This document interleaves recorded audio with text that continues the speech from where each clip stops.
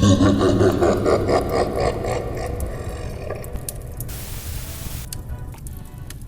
everybody, welcome to the Patronarchy podcast. We're here to talk about the customers that didn't want good service, they wanted good servitude.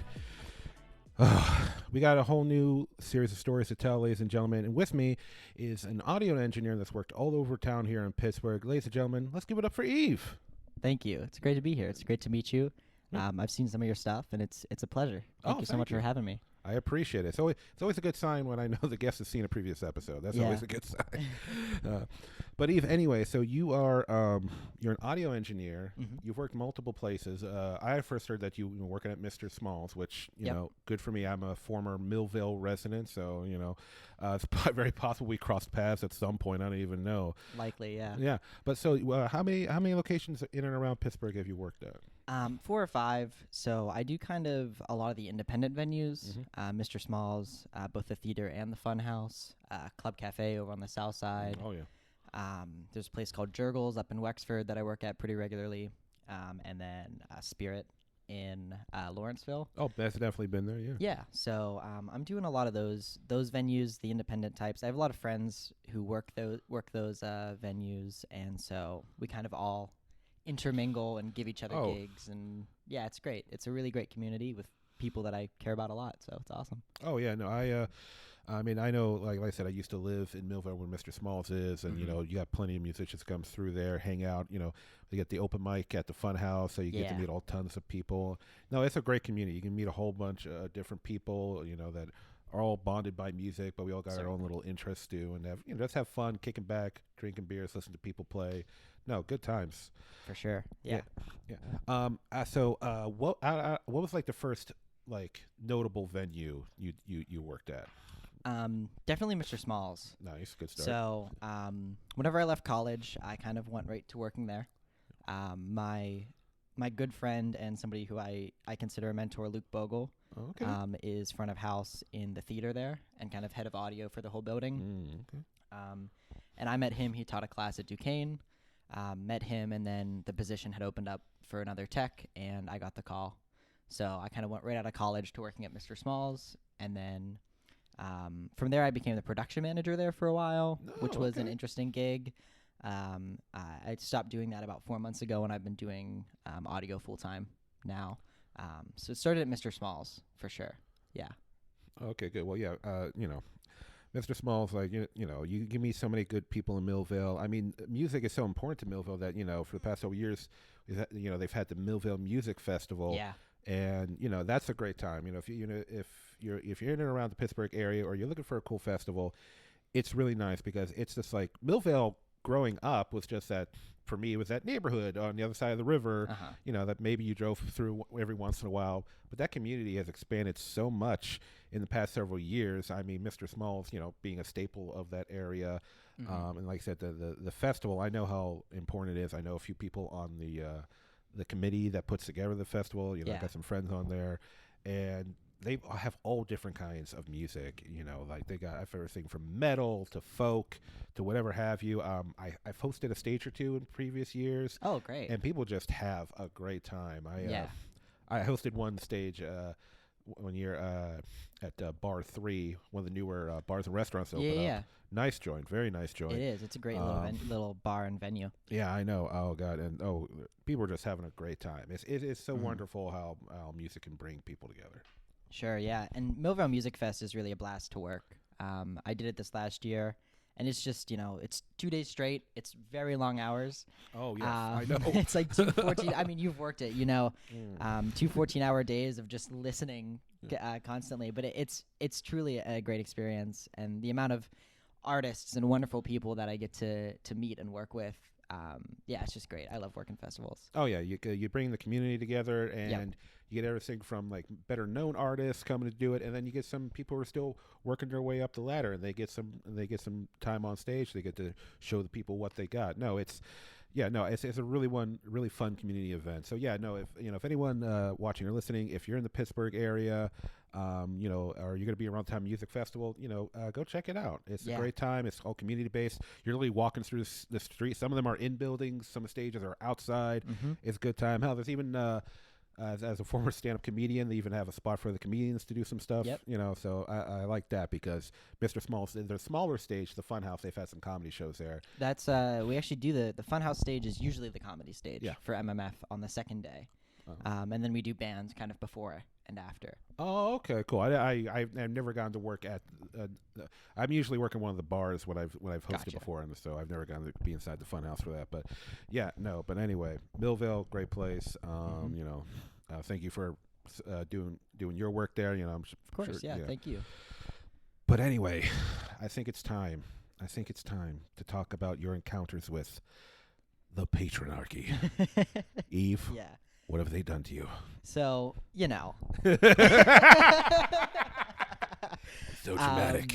There is, unfortunately, we were talking about this earlier, a lot of ego in the music industry. Totally. There's kind of the archetype of everybody has an ego, myself included. I am not somebody to sit here and say that I don't. So there's definitely some times where, during sound checks, and there's infinite stories of people just not wanting to listen or not, cooperating with me. And that happens just basically constantly. But there are, there's a few standout ones. I had one recently. I'm not going to mention any artist names or anything, but we were doing a sound check for a pretty major artist. Okay. And she was kind of just standoffish the whole time, and so we were keeping our distance. And she didn't want me on stage at all. While I was trying to like run all my lines. This is my domain. Yeah, right. So I'm trying to like run my lines and do everything, and she's like, "I'm sorry, like you have to go." And I was like, "Okay." So I finished up the things that I was doing to just make sure that we could get through sound check, and then walked off stage. She had her own tech with her, so she kind of wanted her tech to do everything for her, which was fine, and I was cool doing that. The issue that we ran into is that we have a triple split. So a split snake is basically a box that you plug a bunch of microphones into, and then it gives you multiple duplicate outputs. Oh, okay. So we have a three-way split, and we gave the third of the three-way split to their audio engineer to go ahead and patch into her system. And the previous user of that split had relabeled everything for a repatch. So all the patching that we had done was incorrect. So I had to go up and fix all of it and decipher the code basically as to like how do I get these channels into. So Audio this whole puzzle, time, wonderful. Yeah, right. So the whole time I'm doing this, she's just like staring me down, and I'm like, I know this is gonna be a bad day. And I'm trying to stay positive and bubbly, and I try to be the good cop. But yeah, so I get it all repatched, and then the sound check begins, and she goes to grab her microphone and check her vocal, and there's a bad XLR cable on it, which happens. You know what I mean? It's a 5-second fix. Put a different XLR cable on it. Life goes on. Boom, boom. But she must have just been having a bad day, or something was going on, and the bad XLR cable comes up, and she just throws her arms up in the air and like throws the microphone, just lets it fall, and is just like, I can't deal with this today, and like walks off stage, and we're all just kind of standing there like, I don't know what to do here. And what I found out later is that the day previous, her front of house engineer had been fired. Oh. For a similar reason. Oh. So I watched this happen, and then immediately her monitor engineer, on the verge of being fired, assumedly on the verge of being Stepping fired. on the eggshells. Yeah, right? Comes like running out on stage trying to fix it, and just is like, her monitor engineer is now staring at me. Because I didn't know that the front of house engineer had been fired. Yeah. You know what I mean? I had none of this intel. Yeah. So Might have been far. helpful if you'd known. Yeah, I maybe would have triple checked the cable. Yeah, so her audio engineer goes out and fixes it, and she's kind of having trouble getting things repatched. And I go up to assist. Right. And get shooed off stage again because I'm not supposed to be on stage because I'm not her tech. Right. You're not in the circle. Exactly, right? I'm not one of the chosen ones. No. And that's fine. But I get it. I go up on stage, get shoot off. Her tech gets it figured out. She like reluctantly comes back out on stage, the artist. Right. Picks up the cable. And we're all bated breath. Yeah. Will this one work? And I discovered later the issue was a bad connector. Right. Will this one work? And it does, and it's fine. And we move on with the day. And after the sound check, she comes up to me and thanks me. Oh. Which I didn't know why. Right. Because I wasn't even allowed on stage. But I was thanked for my work that day. I was standing by and watching after she threw our microphone in the air and let it fall and nearly broke it. And that's, a regular occurrence. Things like this happen in my world. Yeah. I mean, when you enter the domain of the diva, it's yeah, which I very much am in the domain of the diva. Yeah. Of the diva. It is a perilous place to be. And if I had to I had to take a guess as to why she said thank you was, I think sometimes people don't want to say I'm sorry, I was wrong, but they still want to show some appreciation for your work. They're like, thank you, but I'm not going to say what I did was wrong. If I had to take a guess, but oh my God, that is such an uncomfortable spot to be in. I mean, especially you being an audio engineer. I mean, you work with talent all the time, and you don't want to piss off the talent. You don't want to upset most them. times. Yeah, most times. Yeah. But it's so hard. Like, 'cause, like, and you said it was like a better known artist. Yeah. So and you're there to do your job. You just want to do your work. You want that. You want the client to be happy. Of course. But oh my God, like, and I get, like, okay, like, they want to be their best, because like one bad performance, can ruin, your whole career. Just ask Ashley Simpson on SNL. Yeah. I'll And never forget that. I think she was so kind of stressed, not only because she had clearly had a bad day the day before. Yeah. Somebody had been fired. Oh yeah. But the show that night was sold out. So it was like it was kind of a high stakes show for them. It seemed they wanted to make it the best they could. And I think she was just stressed, but it definitely was one of those moments where I was like, I'm never gonna forget like this artist for this reason, and I feel so bad for her monitor tech that is definitely not on the road with them anymore at this point. It was just what a crazy experience. And her monitor tech, I felt more bad for her monitor tech, the person I was working with, or trying to work with, I should say. Oh yeah. Because she clearly was just so uncomfortable and just terrified of the artist. It's like and you're on the road with her. Yeah, no, yeah, every day. You're freelance. You do Yeah, that. One I gig go and home you're at the end of the night. Exactly. You might not see this person ever again, or you at least might get a few months in between. This person's just like chained to this woman. This person gets on the bus with her at the end of the night. You know what I mean? It's like, how do you even sleep? But yeah, I felt most bad for her because she clearly was just terrified. Yeah. Terrified. Yeah, and in previous episodes, we've talked about, I've mentioned it before, how if you have a job, it's so important that your boss or your manager or whoever you work for, has a cool head and has your back in certain situations. And this is a monitor tech, if you're listening or watching out there, we're wishing you the best. Hope you've moved on to finer pastures, whatever the words I'm looking for here. But I mean, God. And going back to what you've mentioned earlier about ego, I mean, I think that's true for anyone in any entertainment business. Of course. I mean, admittedly, I have to have a little bit of ego because I think people want to listen to me talk to other people. And so I think it's unavoidable. I think it's just, some people have their ego in check, and some people, don't, and some people are not as aware of it as others. But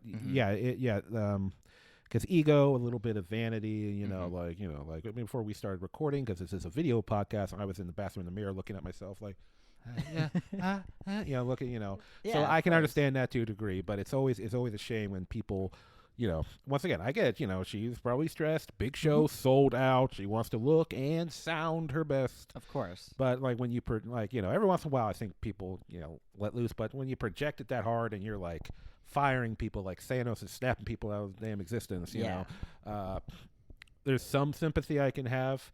But at the end of the day, it's like I hope this isn't a reoccurring issue with this artist. I hope they're not like, for all we know, is this, it would have been hilarious if they come up to you like, that's the 10th technician she's fired this year. I'm like, wait, what? Yeah, like, right? Yeah, like, I mean, there might be a whole graveyard of technicians in her wake or something, So this isn't one that I've experienced personally, but Okay. I have a good friend who knows Van Morrison. Oh. And knows a lot of the people who have worked previously for Van Morrison. Mm. And I know I say has worked previously for Van Morrison because Van Morrison is very notorious for just firing the whole crew on a whim. I mean, hundreds of people. Hundreds? Yeah, because I mean, he's doing stadium shows. So we're talking right. we're talking about 200-300 people on a crew, and he'll just snap his fingers and they're all gone and replaced the next day. Like to the point where my friend who's been backstage at these shows is like, Van will come walking through and people will start like diving under drum risers and like hiding, and like they don't even want to be seen by him out of fear of like everybody losing their job.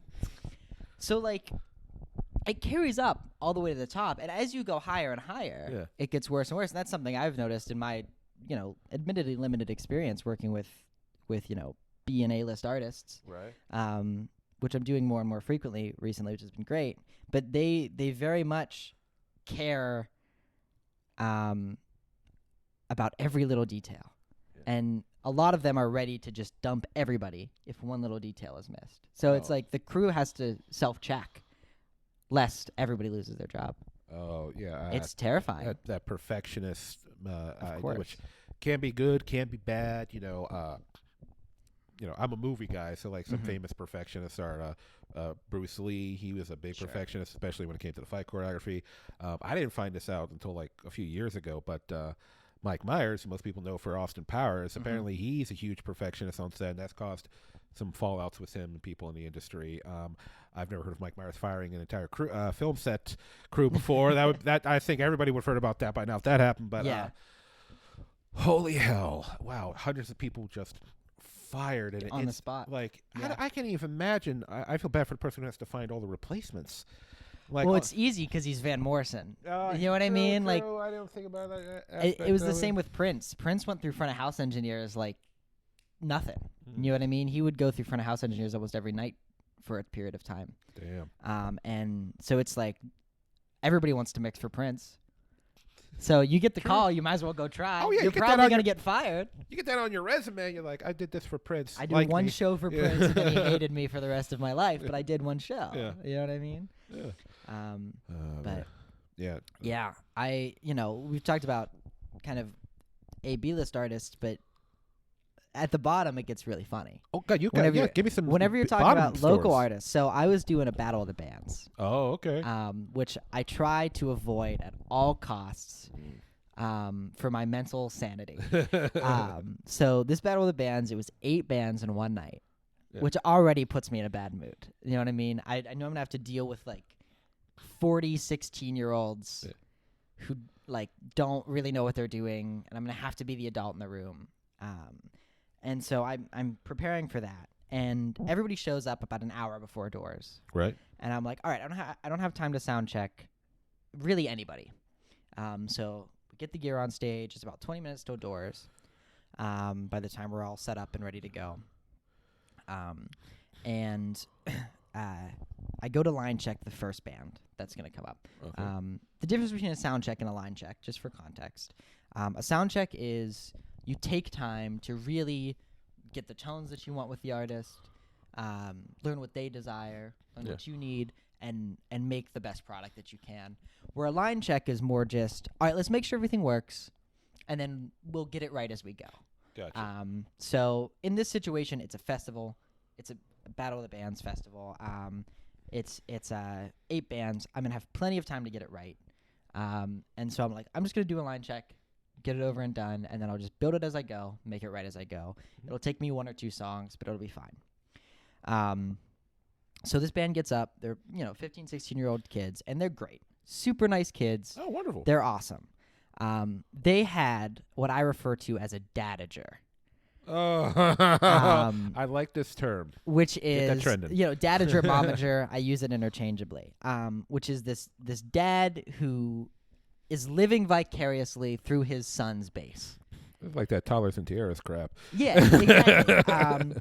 And I do the line check, and he comes up to me, just as I'm about to finish up, and he goes, "I can't hear my son's bass," and I'm sitting here going, that's weird because my mixing style is a lot of bass and a lot of vocal with everything else in between. And I'm like, I can feel the bass. I can feel it in the room. Yeah. I know that I can hear the bass. And admittedly, I was kind of rude to him. And it was, I know. I was kind of rude to him. And I went, well, I can hear the bass, which I shouldn't have said. And, this was earlier in my career, whenever I was kind of just first starting out, and I didn't have that kind of temper in check. And it was that ego thing that we've been talking about. I kind of let my ego get the best of me, admittedly. And I can hear the bass. And he went, well, I can't. And I was mean again, and I said, you should get better ears. Which is so mean of me. Like that, I should not have said it. Mean of you, but great for this podcast. Yeah, and horrible of me. And he just got so frustrated, and he was like, I just don't like what I'm hearing. And I said, look, go talk to your kid. I have the bass loud. If you don't like what you're hearing, the tone needs to change. The bass tone needs to change. So he goes and talks to his kid. I'm done with my line check. I got all my levels and everything. I walk over to talk to my friend who's the bartender, and we're kind of chit-chatting. And this guy comes up to me, and he's like, oh, hey, he fixed the tone. Can we listen to it again? I don't, oh, no, I'm fine. Like, I'll be good. I'll adjust it on the fly, because that was my plan anyway. Right. I was like thinking to myself, if he turned up or turned down or whatever, I'll change it in gain staging. Mm-hmm. I'll fix it. It'll take me 2 seconds. I'll keep an eye out for it. And I was like, oh, no, I'm fine. I'll be good. And he got real mad at that. He was like, you're not going to listen to my son's bass, blah, blah, blah. Practically yelling at me at this point. Up in my face, the whole thing. And he went, just don't be biased against my kid, because it's a battle of the bands. So he thinks I'm trying to sabotage his kid's performance, which I'm not. I'm indifferent to anybody's performance. I'm just here to make the show happen. Yeah, you're not a judge. There's no like black market where you're betting on Battle of the Bands. Exactly, especially not this Battle of the Bands. Right. And I'm like, look, man, I'm not trying to do that. I'm just trying to make the show happen. I have 5 minutes until doors open here. Like, I'm not going to go and, like, make them all go up and open up all my channels. It's going to take me longer to wrangle these kids than it is for doors to happen. And this dude just won't take that for an answer. He's up in my face, like, about to deck me. Like, about to start a fight with me. Yeah. And I'm, like, backing up, and security grabs him and pulls him away because he's fist up. Oh. And luckily, Aaron Pepe, who we were talking about, was working security that night. He's standing behind the guy because he heard the commotion. He goes to raise his fist, and Aaron grabs him and, like, pulls him out. Good work, Aaron. Yeah, Aaron's great. Shout out Aaron. Yeah, I know. Yeah, Aaron Pep. Friend of mine. Aaron, if you're listening, man, hey, man, been a while. Hope you're doing well. For those who don't know, like I used to work at used to be a security guard for a company. Aaron was my supervisor for a time, and thankfully we've stayed in touch as we've moved on to other stuff. But great guy. Oh, also Aaron, if you're watching, you want to come on someday? Let me know. Oh, Aaron has stories. Oh, Mike, the stories that Aaron would have. But yeah, so that's almost got in a fight with this guy. Not me trying to fight him, but him trying to fight me over this kid's bass tone. It's like, dude, we both have better things to do than sit here and fight, But yeah, thank God for Aaron. Oh yeah, or else that would be a very different story. Involving a hospital. Yeah, that would have. Next part of the story. So my friend, the bartender, jumps over the bar with a bottle of Jack Daniels, cracks it like, "Back up, motherfucker!" Yeah. Well, I'm like at Smalls. I'm kind of like I've been there for 2 years, but I'm kind of like still the young new kid. Yeah. So everybody wants to like have my back because they're all good friends of mine. Good friends, being protective. Awesome. And yeah, of course. And they've all been in the business way longer than I have, so they know how people get. We all have these stories. Oh yeah. But yeah. So. Oh, cool. No, cool story. It's that's a whole new level of like customer because the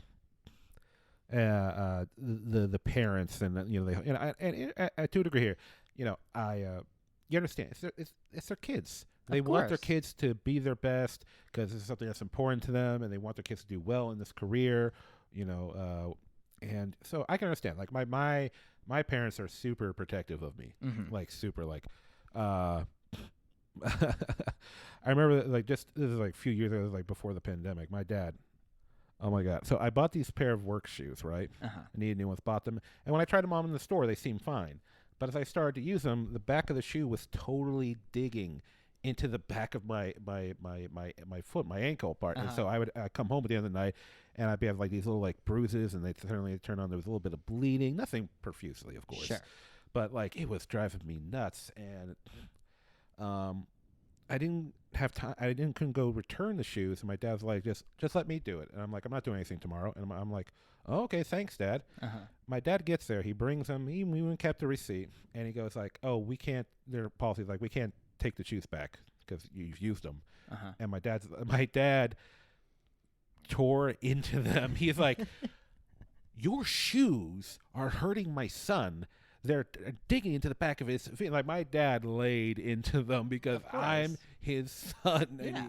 he like eventually like came to like they got the manager because my dad was like really going into like whoever the the behind the front desk at the time. The manager came. The manager was like, okay, listen, we can't take the shoes back. Here's a gift card. You come back and get other shoes. My dad's like, that'll do. Like I thought I imagined him saying it too. He didn't give all the details of the conversation, but so I get that to a degree. But what I don't get, what I will not fucking condone, is the raising of the fist and assaulting another person. If you want to yell, right? if you want to, like, as stereotypical as it is, talk to the manager, whoever's in charge, fine. But in that moment, like, that's the guy losing control and not realizing, hey, man, you beat up the sound tech. It's gonna look bad for your kid's band because now that's gonna follow them around. And like, and it's also the other thing of like, I am like a small, very visibly queer person. You know what I mean? Like, and this dude was like this big biker type guy. So like, he definitely felt some sort of personal superiority over me. And I recognized that from the start, which I think is why I tried to be an asshole back to him. To be quite honest with you, I don't know what I was thinking at the time. But if I would go back and psychoanalyze myself, because I was trying to show that like you can't push me around, man. Like I know what I'm doing here. Sorry, but yeah, it was kind of bad manners on both sides. I'll be honest. But I would have never lifted my fist. I would have never. I never even yelled at the guy. I was just kind of sarcastic and a little cynical, maybe. Which you know we're known for us sound techs. Oh yeah. You take pride in your work, like we're talking about pride in one's work. Of course. You know. Oh man, well I'm glad you, even if you maybe have gone a little harsh on him, but I'm glad you stood up for yourself, and once again I'm glad Aaron was there to have your back. Great guy. Awesome, all right, let's get at least one more story in here. You got what else you got? I got one more. Okay. I am going to alter the name of the band here because I think it's pertinent to the story. So I'll say that this band was a band called Mr. Evil. Okay. That's not actually the name of the band. Okay, no, we've altered names before on the show for protection. It's very close to the name of the band. Okay. And this one happened very recently. This was last week. What? Oh, okay, this is fresh. This is a very, very fresh. Right out of the oven. Story. Okay. So I'm doing this gig. I'm a monitor engineer. It's Tuesday night. And this band's playing. They have a 2-hour set, 7:30 to 9:30. Okay. And they go up. They play their first hour. Take a break. Everything's good. Everybody's super kind and nice. Sweet. It's about 8:30. One of the managers at the venue come over to me and say, "Hey, can you just politely remind them that they have to be done by 9:30? 7:30 to 9:30 set." I went, "Oh yeah, no problem." So I grabbed the female vocalist and I went, "Hey, by the way, we just wanted to remind you have to be done at 9:30. So however long you want your break to be, that's cool. Just gotta let you know. Manager asked me to let you know." And she was like, "Yeah, no problem. That's totally fine." I was like, "Sweet." So they go up, they finish their break, go up, play their second set. It's about 8:25. Okay. And they're looking at me, and I pulled over the guitarist and was like, "Hey, one more." Yeah. Because it's, this is a... And then they did Stairway to Heaven. No, they didn't do Stairway to Heaven. That would be a great addendum to the story if they did do Stairway to the Heaven because they were a Led Zeppelin cover band. Oh, okay. But they didn't do Stairway to Heaven. I said, hey, one more. All right. And the guitarist was like, yeah, no problem. And he went over to the male vocalist. So I should set the stage. 2 vocalists, female vocalist, male vocalist. Guitarist, bassist, drummer. Okay. So the guitarist went over to the male vocalist and went, hey, by the way, one more song. And the male vocalist looked over at me and went, 2? And I went, no, 1. All in hand signals. Very clear. Very clear. 1. And so he kind of went like, and was just very dejected by that news. And so they played their one more song. I don't remember what it was. It might have been Stairway to Heaven abbreviated. It probably was Stairway to Heaven abbreviated. Escalator to Purgatory. Yeah, right? Yeah. So they play it, 9:30. It's like 9:32 they end their set. And mind you, there's like 4 people in the crowd. It's a very small crowd. Very dedicated fan base, niche fan base. For Mr. Evil. Yeah. So these 4 people standing right in front of the stage are like, one more, absolutely plastered, as drunk as they can be, 4 or 5 shots in, one more, one. And the guy looks over to me and he's like, I'm like, no, you're done. Like it's past 9:30. Your set was supposed to end at 9:30. The 4 people in the front aren't even listening. They just want the party to keep going. I'm sorry. Yeah. So I, do that to show like, hey, look, you're done. And kind of dejected again. He's like, all right, guys, have a great night. Everybody walks off stage. Cool. He comes off stage. He's the last one off. Yeah. I'm standing right next to the staircase down from the stage. And he like comes up to me. He was like, our contract says 10. And I was like, okay, I don't know what your contract says, but the manager told me that I had to remind you to be done at 9:30. I'm sorry. I'm like not, this wasn't my choice. Yeah. I'm just the messenger here. And he's like, yeah, but the contract says 10. Okay, I'm sorry. You can talk to the manager. And he was like, I don't want to talk to the manager. She's a woman.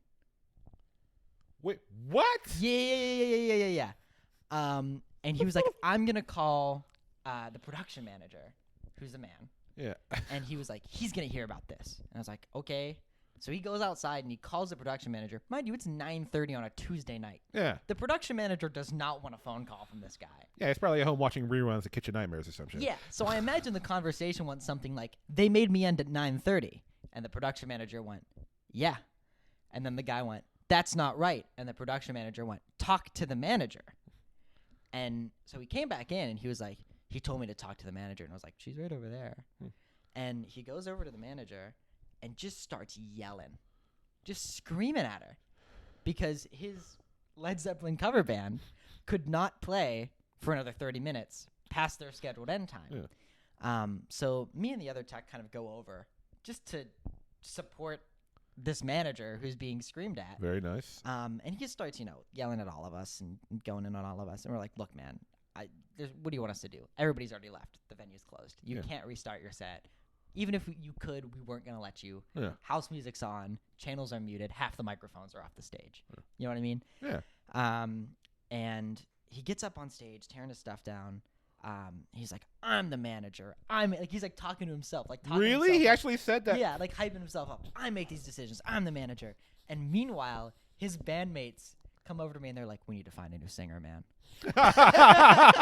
Yes. And I'm like, oh, you guys get it. Thank you. Oh, my God. The rest of the band's normal. Thank you. Yeah, awesome. Yeah. They're like, we're so sorry for him. Like, he's usually like this. We're really trying to find a new singer. And he doesn't even help his guys load out. He just takes his wireless microphone that he brought, his like Amazon special crappy wireless microphone that barely worked. And he like goes huffing out of the venue. And never to be seen again. And his bandmates finish loading out their stuff. We put away all of our microphones, wrap all of our cables. Me and the other tech I'm working with, we're putting away microphones at our work box. And I turn to him and I go, I guess that's why they call him Mr. Evil. And he looks at me and he goes, I was just about to say that. Yeah! We thought of the same joke at the same time. And it's like, we're really all cut from the same, like, sarcastic. Oh, yeah. Like, kind of asshole cloth. You know what I mean? and we were both taught by the same person, both studied with the same person. So it's like we both got those genes, per se. And we laughed about it. It was just afterwards it was a very goofy, funny thing that happened. But yeah, it was Whew. The worst part of it was him being like, I don't want to talk to the manager. She's a woman. Yeah, like, and I was like, all right, I'm disengaged now. You know what I mean? The weird part of that to me, not that there aren't sexist and misogynistic people anymore. Plenty of those to go around. Yeah. But the fact that he was just that blatant about it, like usually, like you got people do like read between the lines thing, and like they may say a little something that's like, where's the manager? Like right over there. I don't see him. No, her. And like, oh, like maybe just like that, or just like what's like.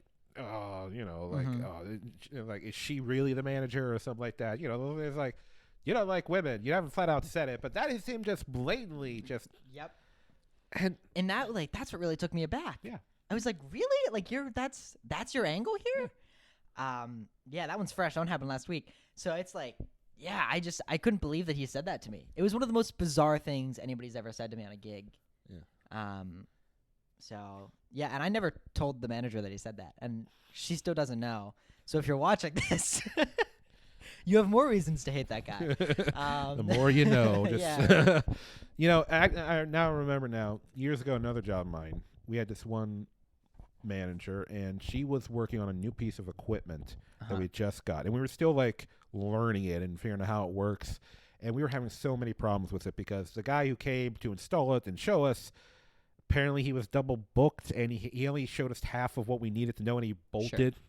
So we're spending the next few weeks learning the equipment, and she's trying to figure it out. So finally she calls the company, calls the tech hotline, and she's talking to this guy and blah blah blah, and she's like she's like, I tried that, I did this. No, I don't see that. She's like, and listening carefully. And I know this person, she's a friend of mine. She's no fool, no dumbass. And eventually the tech hotline guy was just like, is there a male manager there I can talk to? And she was like, no. And you're going to tell me how to fucking fix this thing because your guy said, I'm in this position because your guy set us up poorly. Yeah. It's just rare for it to be that kind of blatant anymore. Like, once again, people try to hide it. Like, oh, not misogynistic. It's just like I usually, like, let's say, I just usually work with guys, and guys just know each other better. They try to hide it. But that, and also, I feel I feel a little bad for the rest of the band because they must have been so embarrassed. They were clearly embarrassed, and like he huffed out in a big jiff and didn't even help him, tear down or clean up, and he just ran out as if he was the most important man in the world. It's like you're in a local Led Zeppelin cover band. Yeah, with 4 people in the crowd, that would have been. Yeah, that would have I still if I were was doing a show or whatever, and only a few people pulled up. Obviously, I'm going to try to give them the best performance I can, because regardless of whether it's 440, 400, they came out, they paid their tickets, they're here, they're giving their time to be entertained. I'm giving them the show, but at the same time, admittedly, if only 4 people showed up to my show, I'd feel a little dejected, and once the show's over, I'd be happy for it to be over. You know what I mean? Yeah. But and the other thing is that people, especially artists that are hobby artists, and that kind nothing. There's nothing wrong with that. But they forget that the people who are working for them, this is what we do. Yeah. This isn't a party to us. This isn't our fun Tuesday night. This is work. Yeah. You know what I mean? And people tend to forget that.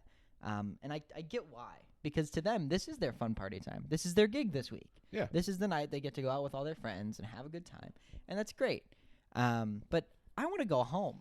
I want to go hang out with my cat. Yeah. You know what I mean? And so does everybody else in the venue. We all do this every night. Yeah. So. No, I think it goes back to in our previous episode, we had Jeremy on and talking about the mentality of Karens, or just people, the way they treat people in customer service or at their jobs. It's that lack of acknowledgement of humanity and respect. Yeah. Because you can tell some of these people who are so into their work, they forget hey man, or you or whatever, we know you want to be the best you can be, but we're still human beings. Yeah. And if you don't like what we're doing, fine.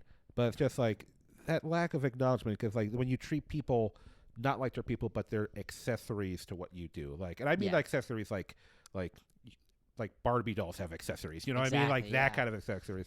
So and it's just so troublesome, but you know, you do the work that you got to do. Yeah, and people forget that we're, you know, all the techs and all the people at the venue are just trying to make the best show happen as possible. You know, none of us are out to get you. Exactly. None of us are out to hurt you. Yeah. We're all just trying to make the best thing happen that can happen, the best production. Yeah.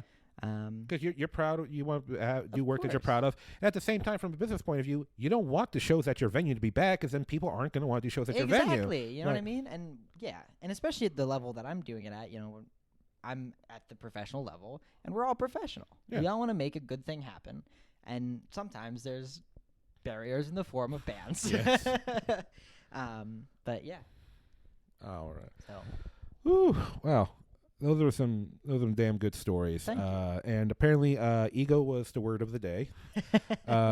Speaking of the word of the day, I know this is really not part of the subject, but rest in peace, Paul Rubens. Thank you for all the laughs. Now that I think about it, because at the time of this recording, we just lost Pee Wee Herman, so I just want to throw that out there real quick. That's right. That's a shame. Yeah. So yeah, but anyway, yeah. So the word of the day today was ego, because we had plenty of from divas to dadagers to the man who sees himself above his band and everybody in the venue. Mr. Evil, indeed. Yeah, Mr. Evil, the oh god, the summit of ego. Yeah. Anyway, Eve, thank you so much for being on the show. Thank you so much for having me. It's been a pleasure. No problem. Thank you. There's plenty of great stories. I hope all of you out there have enjoyed this episode of the Patronarchy. If you've got stories of your own to share, whether or not you're in the music industry, whatever you got, leave them down in the comments. Anything you got to relate to Eve's stories, like to hear from them. And, you know, don't forget to like and subscribe, all that jazz. Really helps out the grow the show and gets more recognized. And don't forget to follow us on social media. We're on TikTok, we're on Instagram, Twitter, Facebook, you know, the big four. Probably going to start looking into Threads soon, because that's a new thing. But yeah, hope you all enjoyed yourselves, and we'll see you next time on the Patronarchy.